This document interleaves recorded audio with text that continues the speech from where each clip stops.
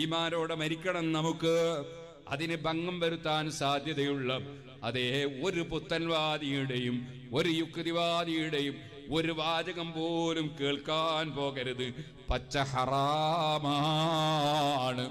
അതിന്റെ പുറമേ ഈമാൻ കൊണ്ട് കളിക്കലാണ്. ഈമാനിന് മുറിവേറ്റാൽ അത് നമുക്ക് പരിഹരിക്കാൻ കഴിയൂല. ഇപ്പോൾ ഞാനതിലേക്ക് കടക്കുന്നില്ല.